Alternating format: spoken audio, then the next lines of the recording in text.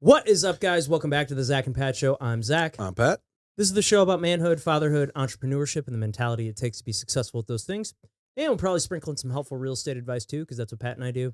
You know, guys, life can be tough. We can go through some things and struggle at times, but this is the show to let you know that you're not alone. So if you're someone out there going through any of these things, this is the show for you. All right, guys, let's talk about something we all need. High quality, comfortable, stylish clothing that actually holds up in real life. Whether you're grinding at work, hitting the gym, or just hanging out, the Normal brand has you covered. I've been rocking their gear, and let me tell you, it's not your average clothing line. They've nailed it perfect with the perfect blend of durability, comfort, style, whether it's a go-to rugged Henley, a hoodie, a button-down that doesn't make you feel like a stiff, the Normal brand is where it's at. The best part is you can support the show while upgrading your wardrobe. Just hit the link in the description below. Check out their collection. Trust me, once you try it, you'll wonder why you didn't do it sooner. The Normal brand. Made for real life, built to last. Now go check them out. Shout out to our friends over at Captain Beard Co. Guys, if you are looking for beard care products, shampoo, conditioner, body wash, give Captain Beard Co. a try. They have this unbelievable beard butter, balm, oils, and then it smells amazing. Ladies, if you're looking for something for your men as a gift to help with their grooming, check them out. Also, if you guys are looking to just set the mood one night, candles, unbelievably smelling candles, made with all natural ingredients here locally to St. Louis. Give them a shot. Also, while you're there, use the promo code Zach and Pat for 10% off your purchase. Hey there, guys. I really appreciate you checking out the Zach and Pat Show. If you can obviously tell, we are a newer podcast, but one way we're really trying to grow the show is trying to get up the amount of subscribers we have. So, you know, if you're watching the show and you're getting something out of it, we'd really appreciate it if you could click that subscribe button. That would help us out a ton. Please click that button, and now back to the show. We have a very special guest in studio today. He is a professional boxer, a hell of a barber. Thank you. Professor CUTZ himself, the great and powerful Joe Heintz. Welcome to the show. Welcome, sir. Thanks for coming on, man. Thanks, Pat. Yeah, dude, I'm happy to get you in here, man. I've been wanting to do this for a while just because, you know, you've been cutting my hair for a while now, and I just feel like we always have great conversations when you're cutting my hair, and you're just a friend of mine, and we have a lot of fun, and I just thought you'd be a fun guy to talk about, and we talk about a lot about fighting and stuff on the show too. So you know, you fit right into the mold. Ticks off all categories. Yeah, and he's about to be a father, except the real estate. Yeah, we don't talk about that all that much. Not my game. No, it's all good. We don't. Well, you're right in the middle of you know, buying and selling right now. So yeah, it's miserable. I don't know how you do it. It's the world we live in. Because I know you're getting messages constantly right now. Up till midnight. Sure. Yeah. Probably right now. Yeah, it's like anytime we get out of these podcasts, Pat and I are both like, fuck. What fires are, but that is like one of my favorite things about the podcast though, because it does kind of shut off the rest of the world. Like it's like how often do we sit down now across, I mean, I guess you do it all the time where you're having conversations with people, you're cutting their hair, like where they're not on their phone or they're, you know, where you're actually just kind of focused on nothing but even then you're focusing, you're doing your job. So it's kind of, you can't exactly and like focus you on. only got, 30, 45 minutes max. So, some guys, they want to stay and talk, and I enjoy talking to some people. So we'll talk all day if we could. Yeah. I'm like, guys, go grab a drink and bring it, sit down. That old barbershop feel where everybody's just hanging out, chilling. And it's definitely shooting that vibe shit. at your place. That's like, awesome. You're, especially you and the guy next to you, Krabby. You guys bicker like an old married couple. It's fucking hilarious. He says he's my younger, older brother. It is what it is. He looks older than me. Yeah, you guys definitely have that like brotherly like bicker, banter, fuck with each other constantly. Some of the shit I say though, he'll be in tears, and then I have to think back, and I'm like, what the did I just say? like what? I do want to kind of dive into the boxing stuff. So like when did you start with boxing? I know you were doing it in high school. Like how did that all start for you? Where did it stem from? Started 5th grade. I was addicted to watching Rockies, and it was still on VHS. So, you have to rewind it like to the perfect spot. But yeah, I just always kind of had anger issues. And my dad, he had to get me into something besides, soccer or football or even basketball. I was always getting fouled out. So, and I'm little, like I said, so I wasn't going to have a career in that. Yeah. But, 13, down to South Broadway, get my ass kicked on a regular basis, kind of a brawler. And then a little bit here and there through high school. It was just kind of off and on. for the last 21 years now. Yeah. Linked up with my trainer Mike, Too Good Boxing out in St. Charles, 2015, 16. Took me to semifinals in the 17 Gold Gloves. It was a great experience. Didn't get the victory, but Yeah. had some Still buddies pretty got awesome. to. Yeah, it was a great great show. A lot of people out there. It's nerve wracking. I mean, so. But now I just I'm trying to eke every little ounce that I have left in it. I mean, it's a young man's game, so I only can get hit in the face for a few more years, and then Right. You know. Then it's coaching from there. yeah, it's gonna have to be coaching. Well, maybe you get into grappling, dude. 'Cause you can do that for a long time. I don't know about that. It's I'm fun. just hoping I'm a better coach than I am fighter. Yeah. 'Cause maybe my fighters will get somewhere. But yeah, we just turned pro last October. Fought a real experienced guy, Ryan Counterman. Real tough guy. I learned a lot though. The weight cut, the actual preparation for a pro fight. It was a very good experience.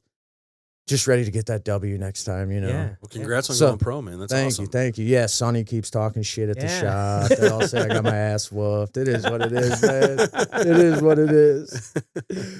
You guys are hilarious. Like, it's so funny. You guys constantly just talk shit to each other. Well, yeah, and before the pro debut, that's all he says. Like, man, this motherfucker's getting knocked out. Yeah. He's getting knocked out. But I knew he was, he was fucking with me. But at the same time, it's like, man, I can't get knocked out. I can't be out cold. Like, Yeah. Well, So- how did that first pro fight compare to all your other amateur fights before then? Honestly, I think my head was in a lot better place for the pro fight. I kind of, I would get in my own head in the amateurs, so it was kind of a mental breakthrough for me.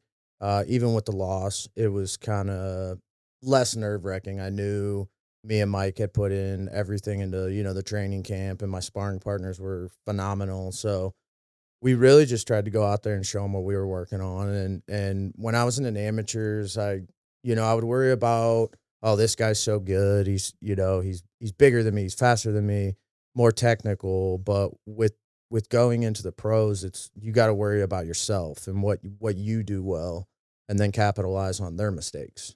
So it's a little bit different, but it's definitely more methodical, if you will, when you're in there. So you really got to watch for mistakes on your end and their end. So Makes sense. Yeah, they're probably a lot quicker to jump on those mistakes than they were in the amateur level. oh yeah. Because that's we're sparring all the time. So unless Mike's asking me to spar, then I'm like, nah, man, I'm not sparring today. I don't want to get my ass kicked. But nah, we a couple times a week right now. I'm older, so anything more if I'm not in training camp. It's Well, I feel like sparring. I mean, yeah. So how many times do you think 2-3 times a week you're sparring? right now it's one day a week. I was gonna say, do feel like on that's a lot. Mondays. I feel like Yeah. anything more than 1 or 2, Yeah. I feel like it's a lot. I really Yeah, I'm not. enjoy doing twice a week. If I could do a Monday day and Thursday or Saturday if I have a fight, Mhm. that's a pretty good schedule for me. You just don't want to overdo it, and Right, really, right. a lot of wars are lost, Right. in, won and lost in the gym, and you Oh, don't yeah. want to save those wars for the ring. Yep. They say the training should always be harder, the sparring should be harder, and if it is, then you're doing it right. So Yeah, but that's a lot of blows to be taken, I take a lot. Does that ever concern you with like the like concussions and CTE and all the things that you're hearing about these days?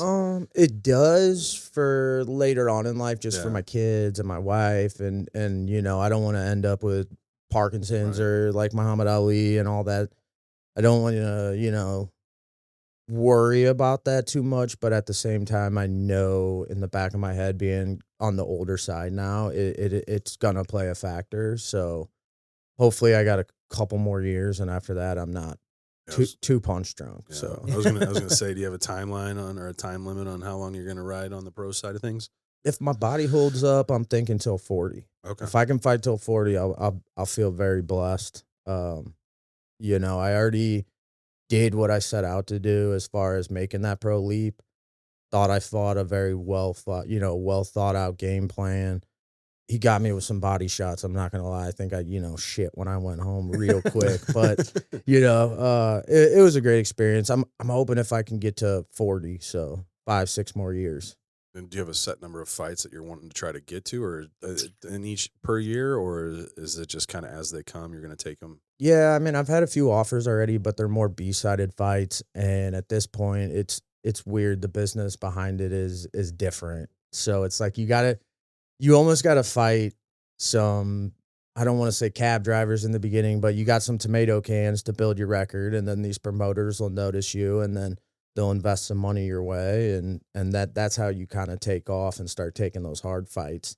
I knew, going into the pro debut, not having a extensive amateur background or, any medals from nationals or anything like that, I was going to have to take a B fight. And I mean, they took care of me on this promotion. So I'm hoping by October, they'll ask me to be back. But yeah, I mean, as far as the number goes each year, man, if I can shoot for 2 to 3, 2 would be great. I don't want to get too, ring rust in between. So yeah.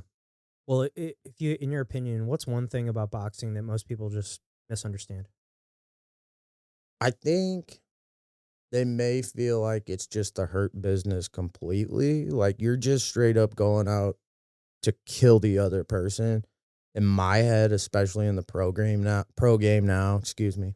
I think it's, like I said, more methodical. I'm trying to break you down mentally and physically, but I'm not trying to kill you. At the end of the day, we both typically have jobs to go back to and families to go back to. So at this level of the game. Yeah. Like I know in baseball, the famous Yogi Berra-ism, 90% of the game is mental, the other half is physical. Would you say that boxing is similar to that, where it's just a more mental game than it is actual physical? Yeah, I mean, you definitely have to be in shape, and there's a difference between being in shape and being in fight shape. They'll say it all the time. But yeah, it's definitely mental. I mean, as good a shape as I got myself in over the years, amateur wise, it was always the mentality when you get in there. It's almost like a shell shock. Like you're like, oh shit. Like, but now it's like, well, I already put in the work in the gym. I know what I can do. So I'm not using that nervousness as being scared. I'm more using it to, okay, let's be on my toes and let's do it, Yeah. Do you think more young guys need to get punched in the face literally or metaphorically? I don't know about getting punched in the face, but I think a contact sport of some sort definitely builds you up, whether you be, female, male, anything. I think it builds your mentality up, it builds your physicality up, and at least, you may be playing football and you get smacked in the mouth. Me and you have played, and everybody, one of us is coming out sometimes, busted up. So, whether it be boxing or MMA of some sort, jiu-jitsu, judo, anything, I mean, they're all respected. They're all well-rounded. And I definitely think whether you're male or female, you need to have some sort of self-defense and at least know you can protect yourself and, your family. Yeah, I totally agree. And I think there's something to the aspect of just doing something very difficult, something that scares you. Right. Like it's scary to go into a fight gym. It's scary to step on the football field and strap the pads on and have another guy running full clip at you. It's terrifying. Especially when we're not out here running 4.5s and hit sticking motherfuckers, exactly. I'm little guy. Krabby says I'm victim weight, whatever, Yeah, there's I was just gonna say, I mean, every time we leave the gym, jiu-jitsu gym, I'm like peeling myself off the mat because that's literally the hardest thing that I'll have done that day, and I know the rest of the day is gonna be super easy after that. Right. Yeah. Oh, 100%, man. It's a grind for sure. It's not no matter what combat sport it is, it's gonna be difficult. Like, I've done a little bit of kickboxing and Muay Thai and stuff, and I mean that's extremely difficult too. Right. Like, it's terrifying. Oh yeah. I mean, and it's exhausting, and I think it would benefit more people from doing combat sports or just difficult contact sports in general. Absolutely. Yeah. Definitely something I want to get my boys into, if they're willing and if they want to. We were talking about on the last podcast a lot about how, like we don't want to force your kids into doing something, because then, you can't make them love something, but you can make them hate something. Right. And, and trying to, dance that line of like, showing them it, but not making it their life. Well, you want them to have fun early on too, Mm-hmm. Some parents, they're like, oh, well, it's only about fun. It's only about fun to an extent. I'm not a big consolation prize guy. So, you hit an age where there are winners and losers. Like, yeah. So you got to deal with it. Right. I mean, it's life though. Like, right. Being an adult, it's winning and losing. Right. So, and I think that's especially with a one-on-one contact sport. When you lose, you got to figure out how to deal with it. You don't have a teammate, picking you up right away. You got you in the ring and your trainer. And as my trainer, Mike, says, I mean, very, wisely, he says, I can prepare you as well as I can, but I can't fight for you, So, and it never hit me. It never rang true until a year ago. Wow. Well, I mean, we're talking about pain and all that. So you've been doing this for over 20 years now. How's your relationship with pain, both physical and emotional, evolved over time? When I was younger, definitely didn't know how to deal with it. Like I said, I had anger issues, didn't have it all my shit sorted out, But I think it's helped me over the years deal with it because I know if it's not something that's snapped or sticking out of my leg or my arm or sticking out of my skin, it'll heal. Like, it may take some time, but time will heal. Like, it will heal. So I think, back in the day, if I broke my nose or, tore my shoulder, I'm freaking out. I think it's the end of the world, but there's always tomorrow, and there's only place to go is up. So I can sit around, be sad, a sad boy, and yeah. Well, it teaches you patience too. I mean, that's a huge aspect that I feel like in our world today that people are forgetting. Like, everybody wants instant gratification, but once you get hurt, like, you can't rush that shit back. You gotta be patient with it, and which, I mean, especially, I know you're a stepfather, but soon to be a father of your own. I mean, that's one of the biggest lessons I've learned as a dad is patience. Yeah, and I was lucky that my stepdaughter's 12 and 16 now, God love them. But now I'm into the teenage years with the girls.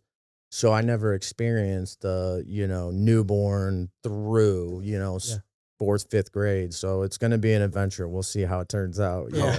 How long have you been in their lives? The last 5 years. Okay. So Isabel was 7 and she's going on. No, she just turned 12. Dang it. I got a preteen and a teenager. Wow, dude. They're fun, dude. Let me tell you. No, they keep me on my toes, and it's about patience. I think, honestly, they're one of the best things that happened to me because of the whole patience aspect, and I still have an issue sometimes. I'll flip out when it's like they're not grasping it, but that's more on my patience that, I need to keep working on. So that's awesome. Well, yeah. Have you ever worried about like breaking a hand and not being able to cut hair?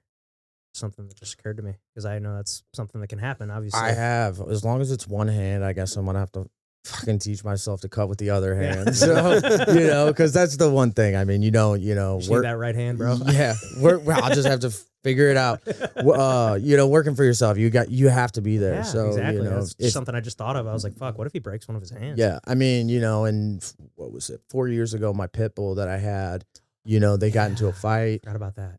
Damn near ripped my thumb off. I was at work 2 days later, cut, and then I had it stitched and bandaged up, and I had like 5 stitches here, and I was just like, fuck, I got to pay the medical bill, so, right. I got to pay for this somehow. Yeah. Fuck, yeah, I just thought about that. Yeah. Man. That's, so you were in like the corporate world for a while. Yeah. Aldi's, right? Yeah. Aldi's. Working for Aldi, just a shift manager, associate, trying to work my way up for a little over 5 years. Great company, great benefits. It was not for me long term. I almost felt like I was cooped up in a cage. You go in, you clock into the store, and it's like you don't see daylight for 10 hours. Yeah. And it was just depressing. And it's a great company, but it was just like, this is, I woke up one day and I was like, this shit's not for me. Yeah. So what ultimately, kind of led you to go down the barber route?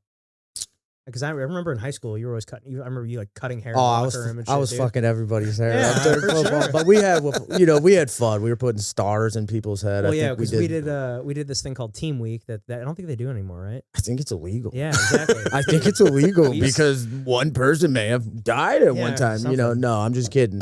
Knock on wood, but I don't even know that they can do 2-a-days anymore. Yeah, because when Joe and I were in high school, we did this thing called Team Week, and it was fun. I mean, look, it was hard as fuck, but looking back on it now, like so fun. Like Yeah. looking like Yeah. some of the memories that we made. Like in Yeah, that you time. feel like you're in a frat house, Yes. but you got to watch what you're doing because your coaches are there. They're gonna make you do fucking running and up downs if you Yes. get caught. But Exactly. it So- was fun looking back. Yeah, so basically what team week was we would, it was like, that first week of August or whatever, when everybody's allowed to do 2-a-days for football season, we would have what's called, for the varsity team would have what's called team week, where we would basically stay at the school for a week straight and have 3 practices a day. And we all had our air mattresses set up in the batting cages, Yeah. and we're eating every meal together. We're doing 3 practices a day together, and then one of the things that we would do is we'd all like shave our heads and like cut these, like, because we're not leaving the school, so we'd like shave these crazy like haircuts into our We were striping our eyebrows, and like I people think would do like the old man haircut. Yeah, or, like, and the I think, fucking stupid, like you just look stupid for a week. It was hilarious. I think some people shave their eyebrows off too. Yes, people would just And, do stupid shit. We were thinking like, oh, when we get out next week and we're partying, it'll look good. Nah, 6 months later, you finally got some fucking Sharpies on, Yeah, so, but I remember you were always the guy cutting everybody's hair even back man. then. It And was then I was bad. like, we should have known that It was this bad. is the route you were going to go. That's the only other route I knew. I knew I wasn't, going to make hundreds of thousands of dollars fighting. So I got to figure some shit out, You just always had a passion for cutting hair?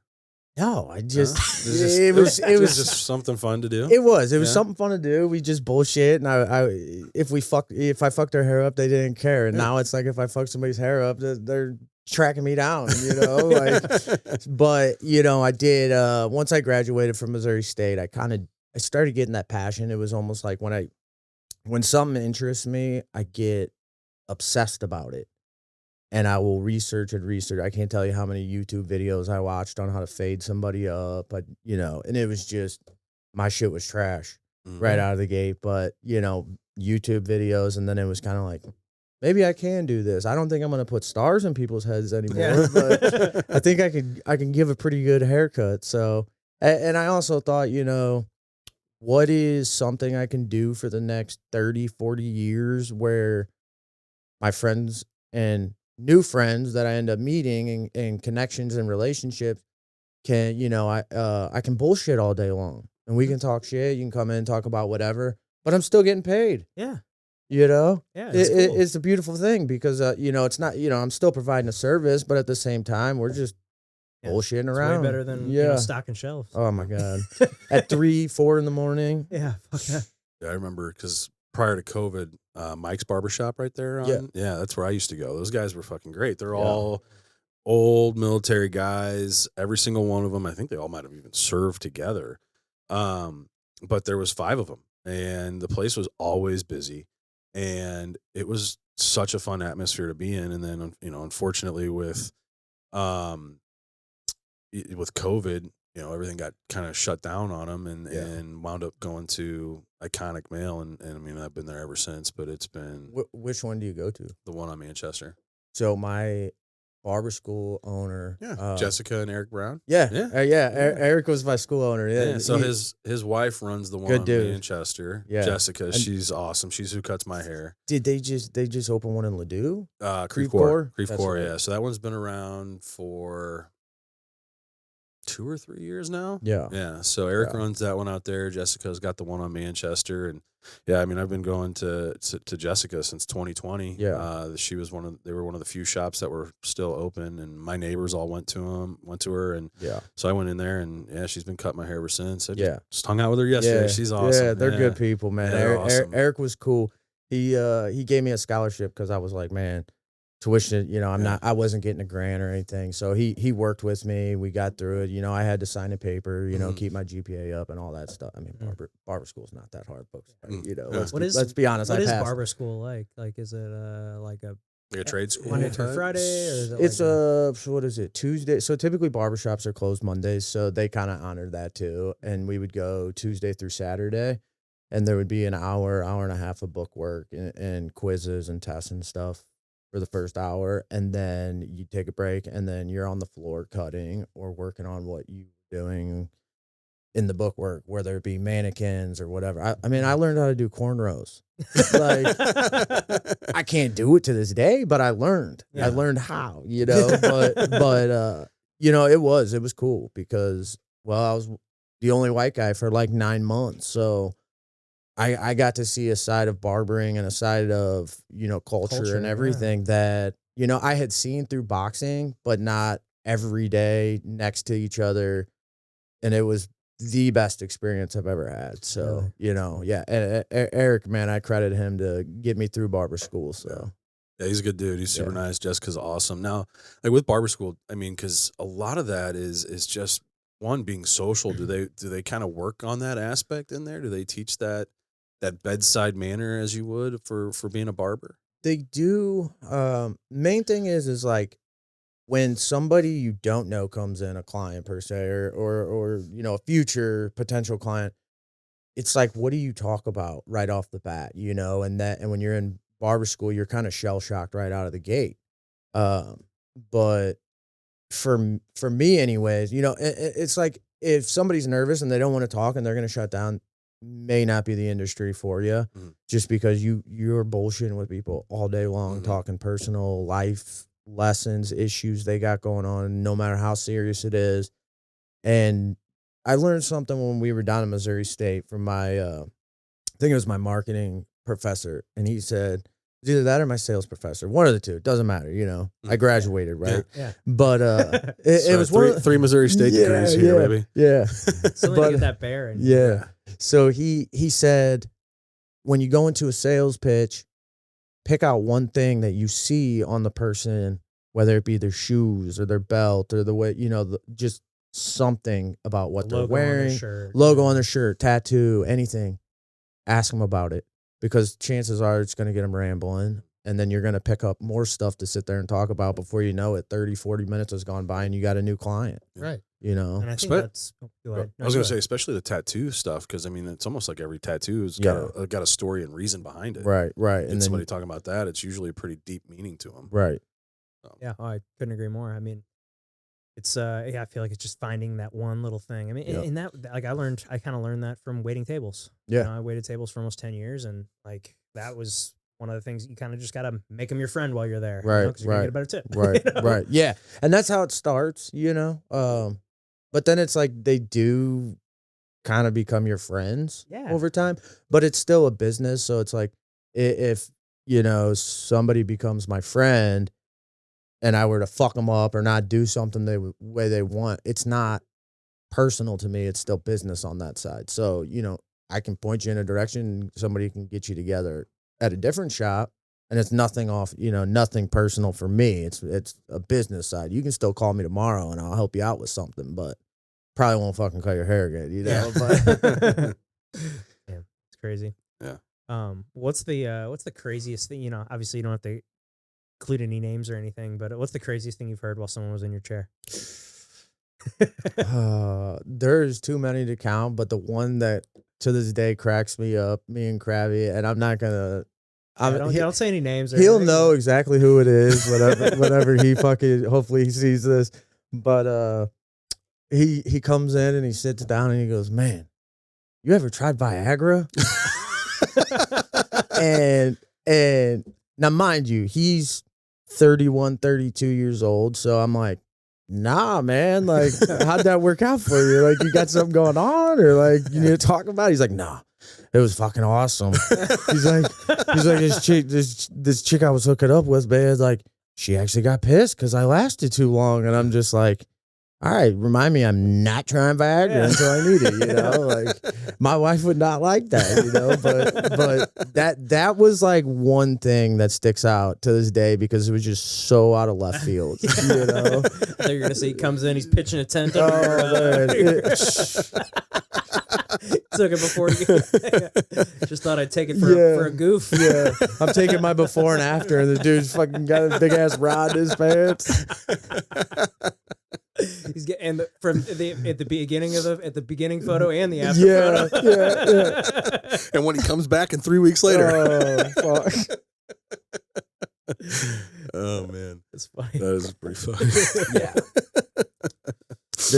There's so many stories. Oh, like sure. We could get rambling, and it's ridiculous, the shit I hear. Oh, I'm sure. I try to keep it, between the clients that tell me, but then I have their friends that I also cut. Yeah. So I'll start to rile shit up between them. You know, I'll be like, hey. Heard you take your buddy's taking Viagra, you know? Like, what's going on with him, man? Is he all right? I'm sure it's probably someone we went to high school with. Oh, you know them for sure. we won't give names. But well, speaking of that, it's like what's something that being a barber taught you about people that no other career could have? You got to be thick-skinned, I think. I think one of my downfalls when I was right out of college at Aldi's, I wasn't boss material. I wasn't the guy that would hold you accountable. I was like the guy that would go behind you and fix the shit just to make sure it got done right instead of kind of delegating and just trusting you're going to do it. And as I've got into barbering and stuff, it's like it's one-on-one. So your business is, you know, I'm booth rent, so my own boss. Yeah, that's right. Fuck you, Sonny. No, I'm just kidding. He's an A1, man. He's an OG, but it's one-on-one. So if somebody gets pissed off at you, you kind of have to deal with it in a way that, you know, it's not Aldi that's looking bad. Now it's me looking bad. So I have to kind of spin it to where they're happy or whatever, you know. And if somebody's like, hey, you know, I don't like this, can we fix it? You know, I can't take that personal. There's a lot of things back in the day I would take personal and get defensive about. And now it's like, well, how am I going to rekindle this business? How am I not going to break that bridge? You know, keep it going. Makes complete sense. I mean, we could totally relate to that for sure in our businesses. Absolutely. 100%. Well, how do you balance the discipline of boxing with the creativity of being a barber? Do they kind of bleed into each other, or? Yeah, and I think that's part of that has to do with where I work at Sonny's Barbershop. I mean, it's obviously Sonny Liston themed. Yeah. You know, and it's That's not, wait, it's Sonny. So is that Sonny? That is his name, right? Or no? the owner. Yeah. Well, I won't say his legal name But because I know he always goes by Sonny. I just thought I always fuck with him. I'm like, you want me to call you by your slave name? But that's because that's not me being racist. That's just because that's the camaraderie we have every single day, you know. Yeah, and you guys bicker back and forth. It's hilarious. Yeah, and I won't put his legal name out on the table like that. But Yeah. so his great uncle was the heavyweight champ, Sonny Liston. I didn't know. No that. shit. Okay. Yeah, I did yeah. not know that. Okay. That's cool. And his great uncle's first name was actually Charles Sonny Liston. So with the shop being based, Yeah, it's you like know, there's based boxing around Sonny stuff. and Yeah. the boxing stuff, I think he wants to keep his uncle's legacy going on. So he just kind of adopted Sonny, you know, and some of his old little hoodlums and stuff will come in and they'll call him by his legal name, and that's when me and Krabby just give him shit and chime in, man. It's pretty funny. Is you it know? just the three you guys there, right? Yeah. 'Cause I've never seen anybody else. Yeah. Okay. So nobody wants to learn from Sonny. No. Great. He's a great teacher. He actually just got his educator's license, I think, a year and a half ago. So, you know, trying to get a couple apprentices in there. A lot of people want to do the crossover thing. So it's very hard to get somebody, you know, later 20s, early 30s to get in there, and because you're not going to be making much money right out of the gate. So how are you going to support your family? How are you going to still show up 8 hours a day to get your clock hours in? Yeah. So, you know, it is hard. You got to almost find a younger kid that is at home with his parents still, or her parents still. And what do you mean by the crossover? So you could do cosmetology or you could do barbering. Barbering in Missouri, we actually have a kind of a low hour. It's 1,000 hours in Missouri unless they upped it. It's 1,500 hours for Cosmo. You learn more, you know, hands-on chemical work, perms, coloring, all that stuff with cosmetology. Obviously, learn nails and waxing. Sonny tries to wax people, but I don't know what he does. He locks that door back there. But the crossover is gotcha. The crossover, they teach you from cosmetology how to use the straight razor. Okay. So you just put 45 or 50 hours in on the clock, and then you just go take state board. And instead of doing all of the state board for barbering specifically, you just do the straight razor. Okay. And then that just allows them to be barbers also, and I don't use quotations to you know degrade them by any means. It is an awesome thing because nobody uses straight razors anymore. It seems like. Yeah, So no, it's whenever you whip that thing out, I'm like, oh, yeah. Well, don't say that.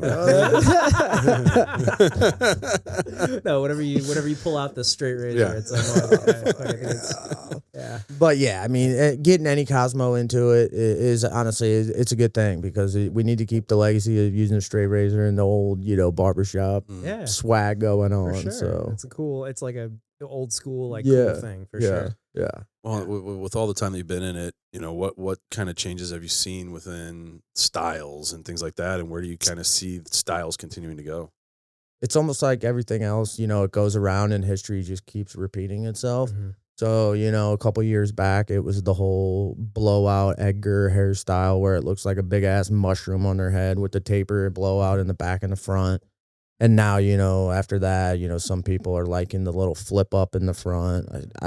These girls, they're calling it an ice cream scoop. I don't know what the hell that means, but these kids get out of the shower and they put a ball cap on their head and they'll sit there and fucking blow dry it and curl it out. So it's like, and then they're, feathering it and doing it, growing their hair out and almost going the surfer look. And then it's like, I'm like the mullet. The mullet made a comeback. Mullet 5 years ago, we had probably 10 to 15 mullets a week that came into that shop. I still like doing them. I think they're badass, but they got their place now. Not everybody wants them. So, and the only haircut that stays consistently true is the old man comb over, maybe throw a fade in there, or taper, and you're golden. Or the military high and tight. Or the military high and tight. Yeah, that's what you got. Yeah, baby. Yeah, that's what I'm gonna get. Well, and I got a big ass forehead, so yeah, fuck you, Krabby. I can put my whole fucking hand on that thing. I'll be sweating. You can see yourself in it. So, Well, what's the difference between a taper and a fade?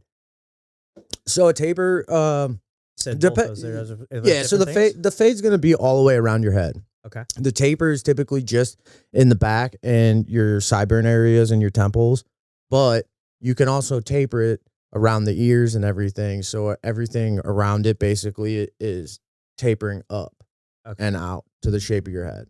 Got it. Okay.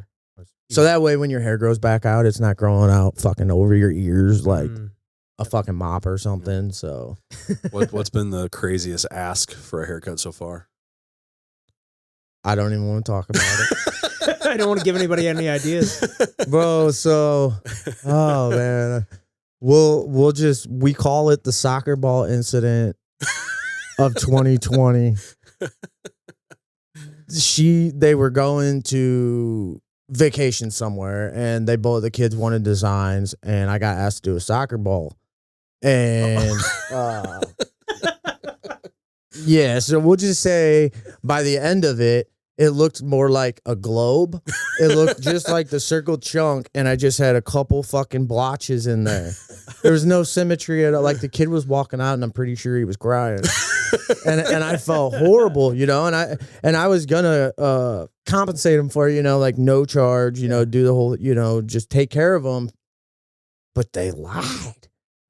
The mom was like, "That looks fantastic," and I was like, "Who the fuck are you lying to?" Let me check your prescription. On Yeah, your I'm like, glasses, what? lady. And I think that's where the personal thing comes back around. They didn't want to offend me. Sure. I knew it was ass. It was terrible, like they shouldn't have paid for that cut, nor did I want them to. But they're saying they're lying to me, so I'll take your money. yeah, it is what it is. I mean, unfortunately, but don't nowadays I tell people if you want a crazy design or something, don't come to me, please. Yeah. I'm not that artistic. I'm autistic, not artistic. So That's hilarious. yeah, design's definitely not my thing. So that was to this day. That's still. I mean, it's just locked in. That's the worst thing that's probably ever happened. The soccer ball. Yeah. I'm just trying to do one of the hexagons that are on there, like a bunch of little fucking hexagons all over the place. It's just I'm out. Yeah. I'm out. Oh man, that's hilarious. Well, has there ever been a moment in the ring or the shop where you're just like, "Fuck, man, I'm done," but you push through anyway? Yeah, and I think a lot of that is, especially in the ring, like that mental barrier I was talking about earlier This was my first fight where I was finally like, okay, I need to keep going. Like, I still got some in the gas tank. I can keep getting up and going. And I mean, I think I got knocked down 3 or 4 times in the damn fight with body shots. You know, I was pissing blood for a week, but Really? it was actually, I hate to say it, maybe it's because I'm crazy, but it was fun, you know, and then, you know, that translates over into barbering. So I'm just like, you know, just keep calm. If something's like, oh, fuck, it's like, there's got to be a way to fix it. It's what you're trained for. You know, you got to be able to adjust. That soccer ball was not getting adjusted unless we were picking his head. So, but yeah, I mean, you definitely face these barriers, especially in the ring. I would say more than anything, because you have to worry about the other person too, fighting at the same time. So, if I'm trying to adapt, you might be adapting at the same time. So. Right. You know, and barbering, I feel like I have a little more control over just because I do it every day, and the person sitting in my chair doesn't. You know, it's my expertise versus their not expertise. Yeah. So it's like, you know. Well, you can't ever see what, you know, typically you're facing away from the mirror. I can't see what it's Right, looking like until it's right, always done, right, until it's always right. done anyway. So. Yeah, some people will still, you know, keep them facing like great clips at the mirror. And I'm like, no, man, like we do it old school. That's why they say barbers stand behind the chair, you know, and why do I want, you know, have to be walking all around and shit? Like, let's make this easy, Yeah, you you stay know. in the same place, you move me. And you guys like it when I spin it around and shit, you know. Yeah, well, It's like I a think- ride. Yeah, I like the I like the anticipation of the reveal at the end too. Yeah, Like, there's yeah, something and cool and I with it. think that's one of my favorite parts too. Like I just cut green yesterday. Yeah, I saw that. and, It was sick. He had a mullet. Holy fuck. The one good thing I love about Alex Green, man, he lets his shit go, and it will go, and then it looks terrible, but then he'll call me and he'll be like, "All right, I need you to work some magic," and then we will, and then he'll let it go again. Yeah. But he always looks good when we clean it up, you know. Yeah. But I think it's the transformation part. Yeah. Yeah, that's fun. Yeah. I haven't seen Alex Green in forever. Yeah, I saw you the Yeah. post you did yesterday, and I was like, oh shit, and I haven't seen him in years. Hadn't seen him since I cut his hair a year ago. You know? So That's funny. good dude though. I mean, you always try to stay in contact. Yeah, for sure. But Yeah, we played football. Yeah, speaking of transformations, I mean, what's would you say that his is one of the better, like, biggest transformations that you see with a client, with that you've had with a client, or is there one that just sticks out? Like, I wouldn't say anyone sticks out. It's just there may be 1 or 2 a month that you're like you see only once every few months or a year, and those are the ones that are good transformations. Yeah. Most of your clients are coming back on a pretty Regular regular basis. basis, so it's mainly just like maintaining everything. Yeah, like I'm a every 3 to 4 weeks kind of guy, so it Yeah. doesn't get too have too you, crazy. have you officially made the decision to go bald yet? Dude, I forgot to tell. I guess I'll bring it up on here. I've been debating on just cleaning it all off. Do it. Should I? You wanna do Yeah. it tomorrow? Do it. Come home and shock my wife. She doesn't want me to, but I'm like, I want to. I bought one of those fucking head shavers and everything. Now, what's she scared of? Why does she not want you to? I don't know. I can't figure it out. Are you We'll gonna have look to- like a little boner? I don't think. No, I I'm don't just think I kidding. have that weird of a head. No, Like, I think I've no, pretty- and you got a beard too. The good thing is if you have a beard, I'm like, man, if you're losing your hair, you're thinking about shaving it, just shave it. Yeah. Fuck it, you know. Right. Yeah. If it grows back, it grows back. If it doesn't, then it's meant to be. So, you know, like, Yeah. Well, maybe we'll do that tomorrow because I just booked a haircut for Yeah. tomorrow anyway. So yeah, we'll see. I think maybe If you- it's if- might be the game plan. We need to see the transformation pics on that, and then Yeah. we'll send it over to Murph and put him on the oh yeah. have him clip him in on this. Clipping in on this, yeah, yeah. He ended up doing it. He did it. Yeah, because I'll get my haircut before this one will come out. So Yeah. yeah. Hell yeah. Yeah, it's, Well, let's switch back into the father side of things. So, how do you think stepping into fatherhood, both biologically and as a stepdad, reshapes your identity as a man? You know, you think you're so manly growing up, or you try to be, right? You try to be this tough guy, and then 2 girls come in your life. Well, 4. yeah. But one of them's a dog and the other's my wife. But you know, these 2 young girls come in my life, and it's almost like, okay, you gotta step up or get out. And they were just too fun, and it was, we just were kind of growing together. I guess I just got them at I came into their lives at a good, they were kind of both on the more mature side. So they kind of understood, it's not my dad, but I got to respect him. And for me, it's patience. Like I said earlier, it's especially when you have girls. I mean, you have to sugarcoat it. Like, you can't tell them, like, shut the fuck up. Like, or like, get your ass over here. Like, hey, come on. Like, you know what I mean? Like, it's hard, but I think back to the whole whatever the stigma is being a man. I think you kind of got to take a step back, because it's like, to me now, it's like if you go out and you take care of your shit and you handle your family and your job and everything else, and then have fun afterwards, I think you're a man. I think you're a father. I think you're a dad. I think you're an OG. I call people gangsters every day, and they're probably thinking I'm fucking with them, and I'm like, no, dude, you're out there handling your shit. Yeah. Gangster. Yeah, it's fucking gangster. I don't care if you're taking your daughter to ballet. That's gangster.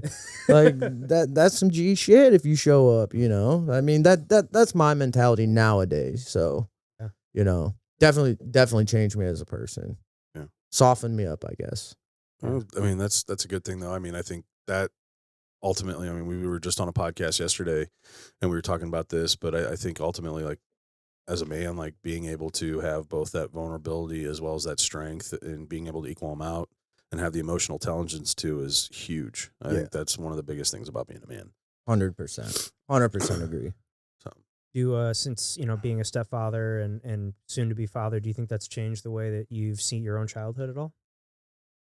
I will say, coming from parents early on that were divorced, I think by the time I was 3 or 4, and I watched 2 parents fight for a while, years trying to figure this shit out. But then I see them now, and once we hit high school, they were kind of like, okay, well, you're the parent, like, you're the mother of my child, you're the father of my child, so regardless of what I like or we get along or not, like, let's fucking make it work. Now they're like best friends. Really? Which I think is awesome. I think, especially stepping in, being a stepfather, I mean, co-parenting it's hard. Yeah, seeing that on the other side of it. Yeah, I mean, it is a pain in the ass sometimes, getting the parents on the same page, but, sometimes you got to do it, and I think if you co-parent and you're not trying to control everything, I mean, there's other parents in the situation, I think it helps the kids progress socially and emotionally. what kind of relationship do you have with her, with your stepkid's dad? Honestly, really well. If his wife and my wife are kind of getting into it or anything, I'll just text him. Yeah.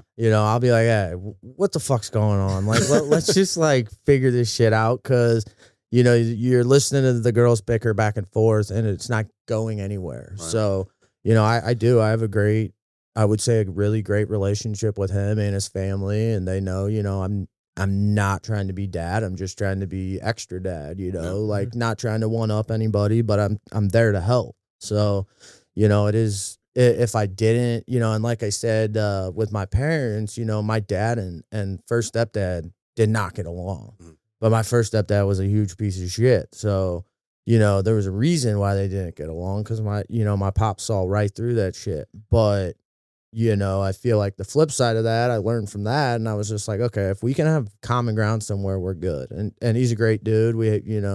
I'd get a beer with him today if we needed to discuss stuff, but. Yeah. So I'm on the flip side of that. So I'm divorced. Mm-hmm. And my ex-wife, her boyfriend, they've been together for 3 years now. And I thought one of the cool things that he did was reach out to me and say, hey, look, can we go grab a drink? And we're both big bourbon dry. If you haven't been able to notice, we got bourbon all over the place in here, but we're both big bourbon guys and cigar guys. So he's like, hey, man, I would love to just get together and chat. And so we sat down, and the first time, it was probably 6 months after my, everything went down, or with the divorce and all that. Right. And so sat down with him about 6 months later, and, we just had a drink and was kind of talked. Like, he it was cool because he was just like, well, I just want to make sure we're on the same page. Like, how do you want to parent your kids? Like, I know I'm not dad, like you said. I'm bonus dad. I'm like, no, you're just as much their dad as I am when I'm not there. So I want you.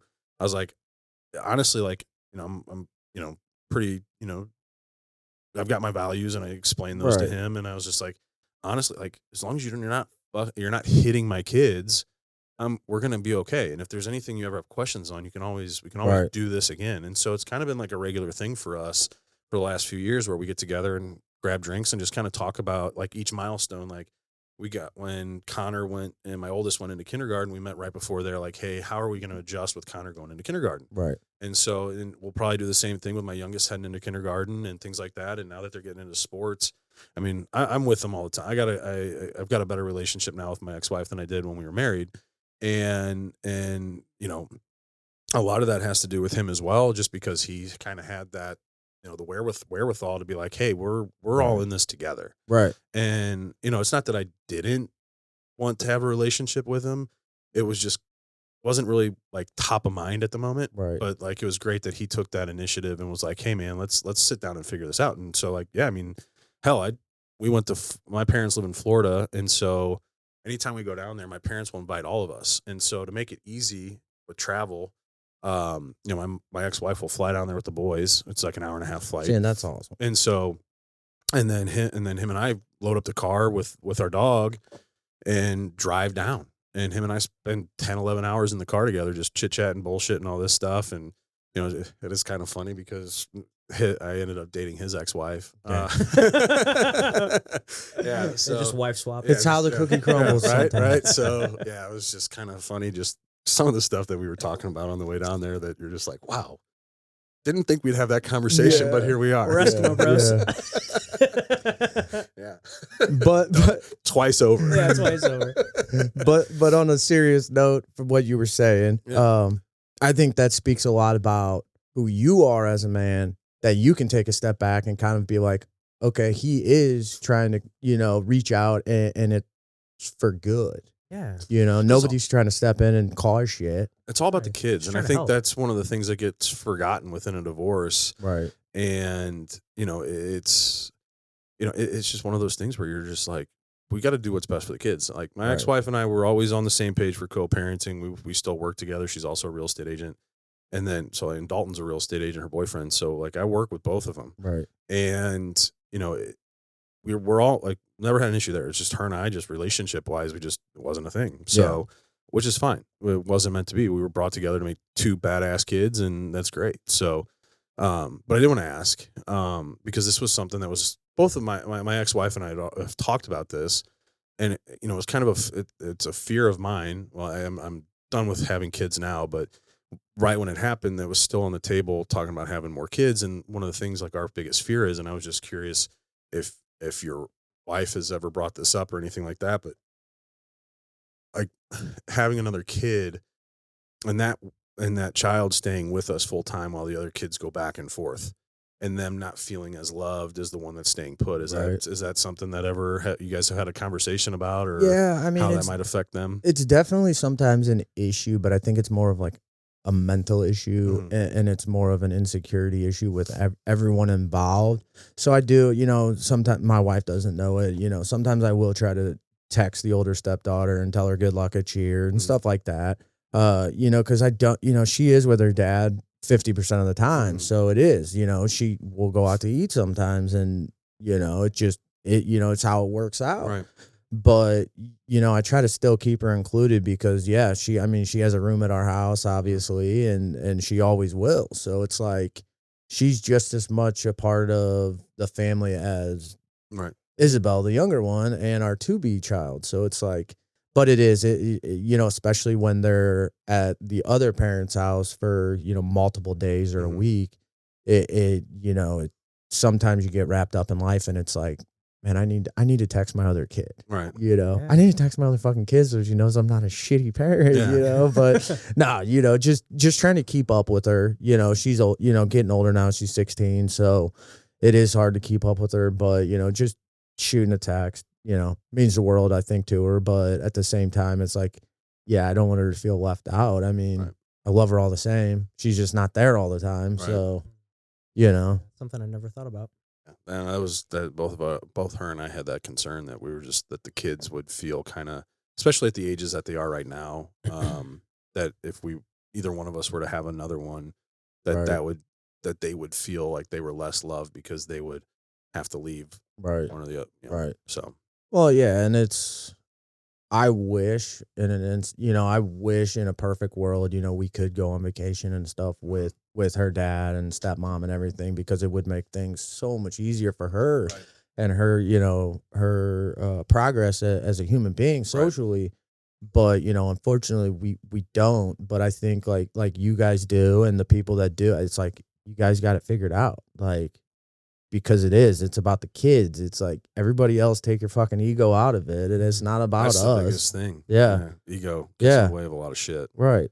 And that, like you said, you're on board. You're on the same page with your ex's boyfriend.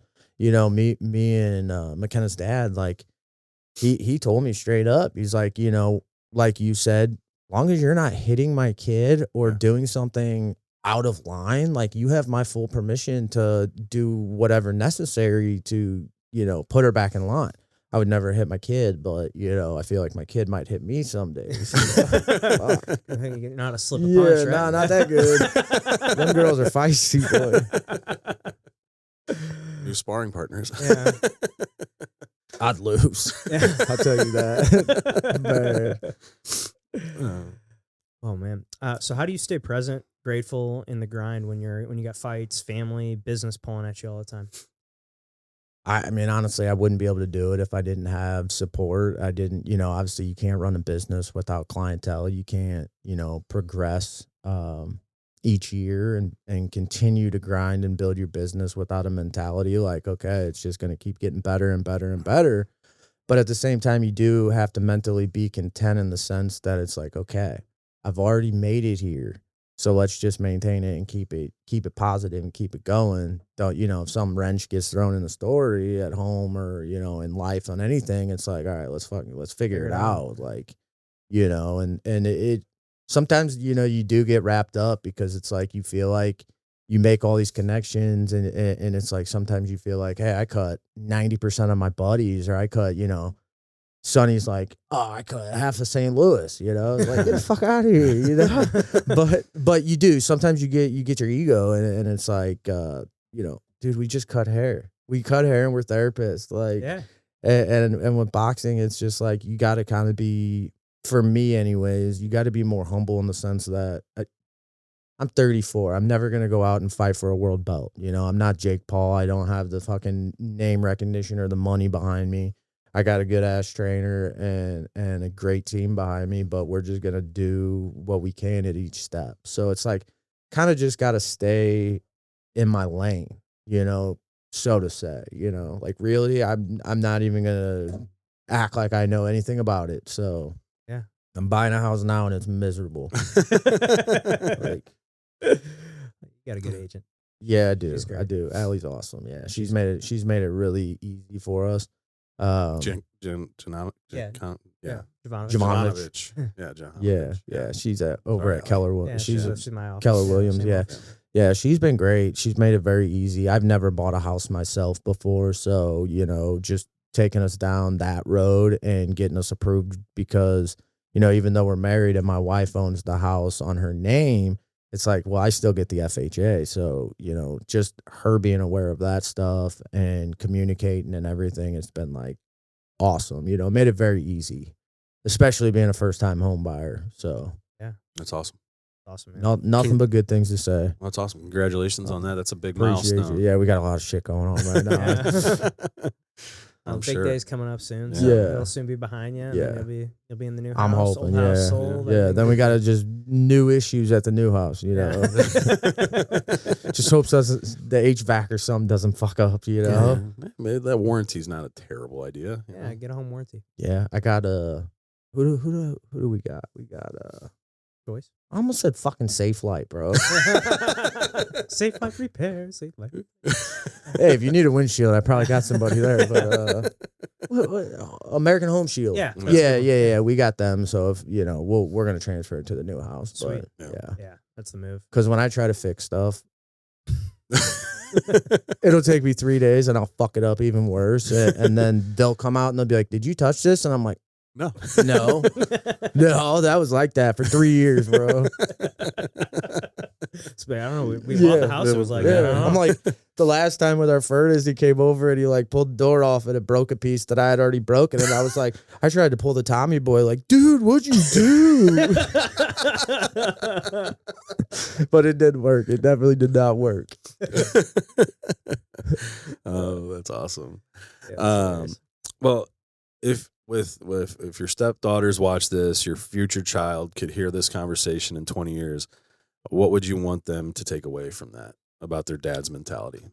Just do what you love, whether it be sports, whether it be your job, your career, really anything. I mean, especially with your career, I try to preach to my stepdaughters now, and I'll continue to preach to them. Just the money will follow within reason, obviously.